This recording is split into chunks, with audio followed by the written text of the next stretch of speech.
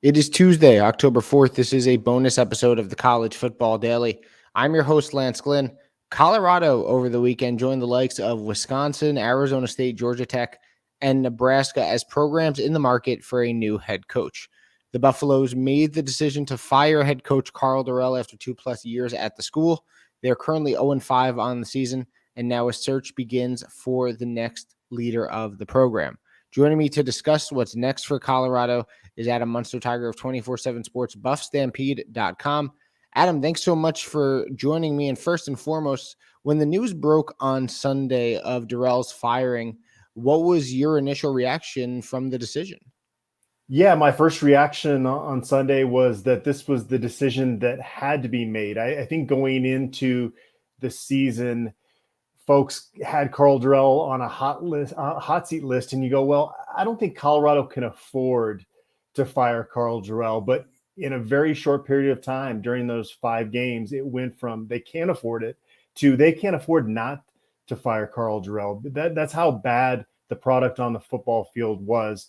You talk about being ranked last in scoring offense and scoring defense among Power 5 programs, among the worst nationally in both those categories.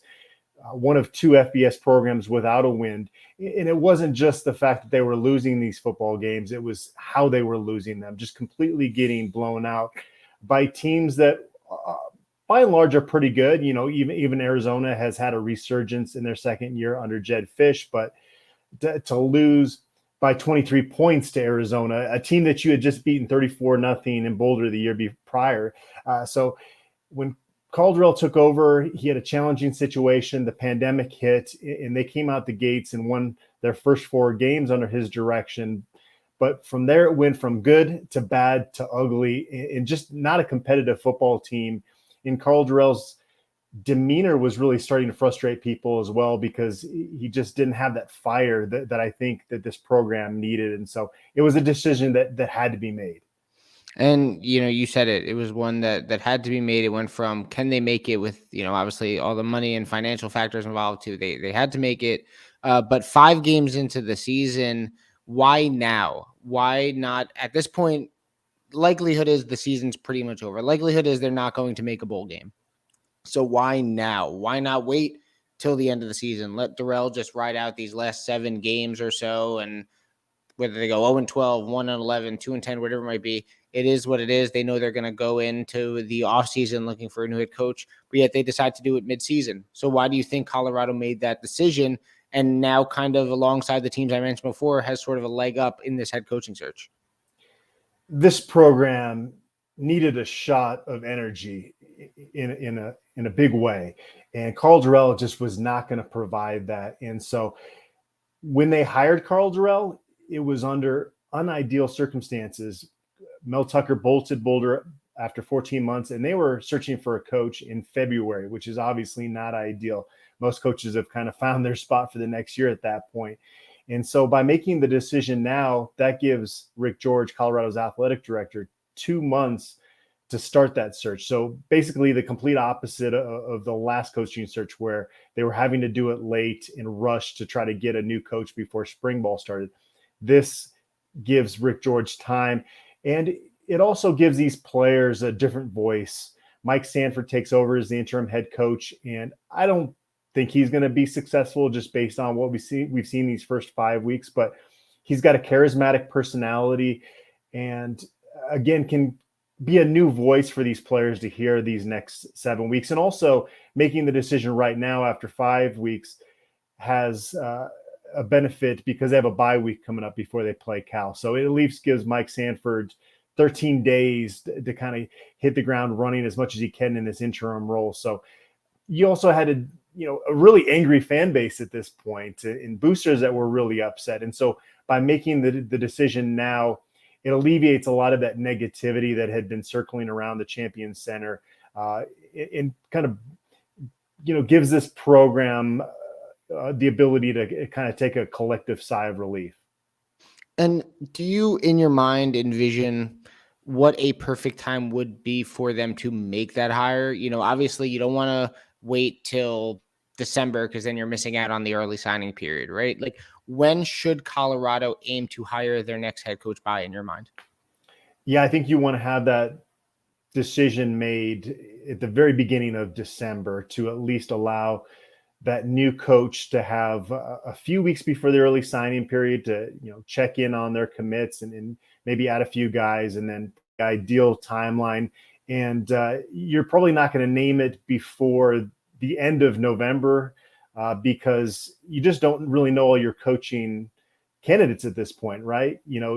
I think by then it will become clear at the end of November, early December, who are your possibilities into, finalize the process at that point. So, Adam, before we get to names, in your mind, what qualities should this next Colorado head coach have? Do they need a big time recruiter? Do they need a coach who's maybe better on game day? Should they go after a coordinator, maybe someone with head coaching experience like Karl Dorrell had? What are some ideal qualities that you think Colorado administration should target in their next head coach? Yeah, and this is what you see with pretty much every coaching change is you're going to go to a different personality, a different type of coach than the guy that you just fired. And so I don't think you want to go with an NFL guy unless that coach has extensive experience coaching in college and recently, because Karl Dorrell, when they hired him, 11 of his previous 12 years as a coach had been in the NFL, and so much had changed in college football, especially with recruiting that was really hard for Karl Dorrell to adapt to, and he was unable to.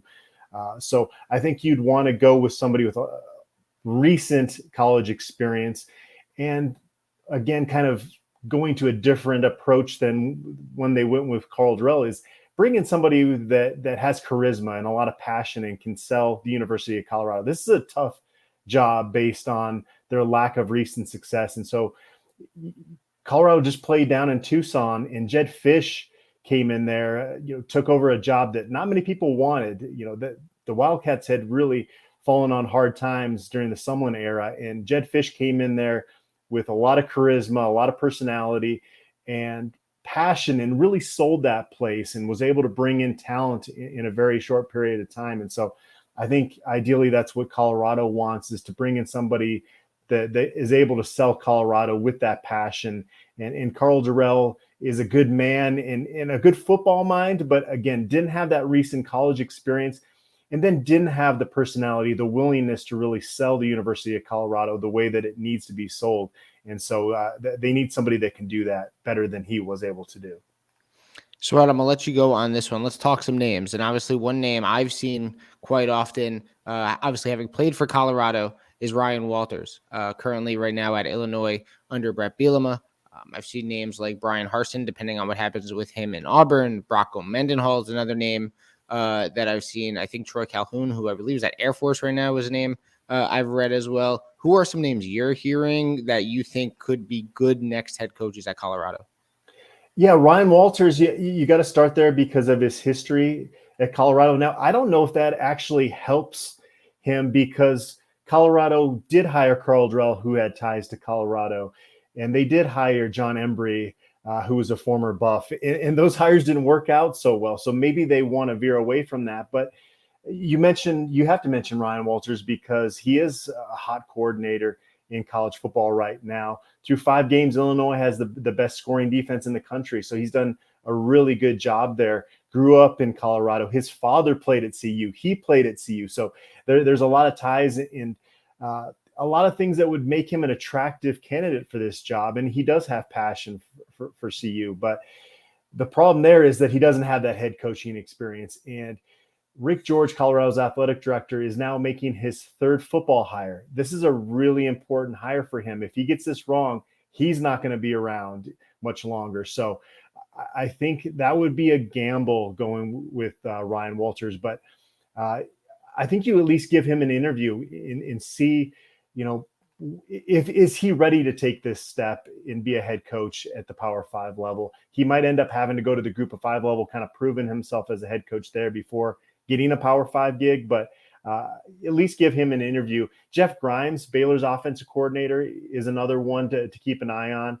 He actually does have a little bit of history at Colorado, was the assistant head coach in Boulder for a couple of years under Dan Hawkins, and has had a lot of success as a coordinator and has been pretty innovative in his offensive scheme at Baylor. So That's another guy that I think that you'd want to give a look to that doesn't have that head coaching experience.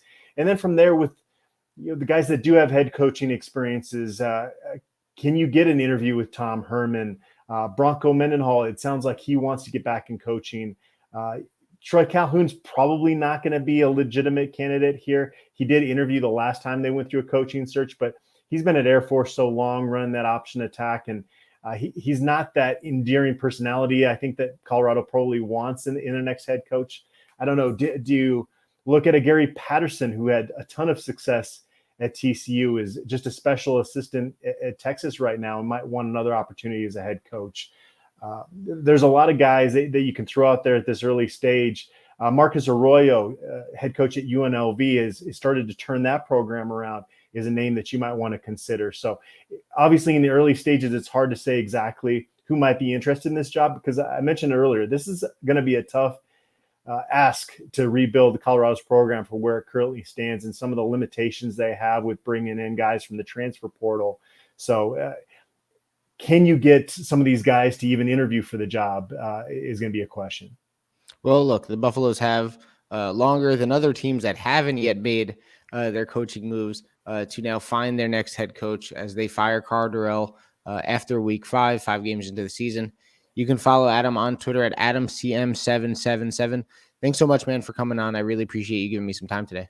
Of course, Lance. Appreciate it. So remember to follow the Colorado head coaching search and all things Buffaloes football at buffstampede.com. And for Adam Munsterteiger, I am Lance Glinn.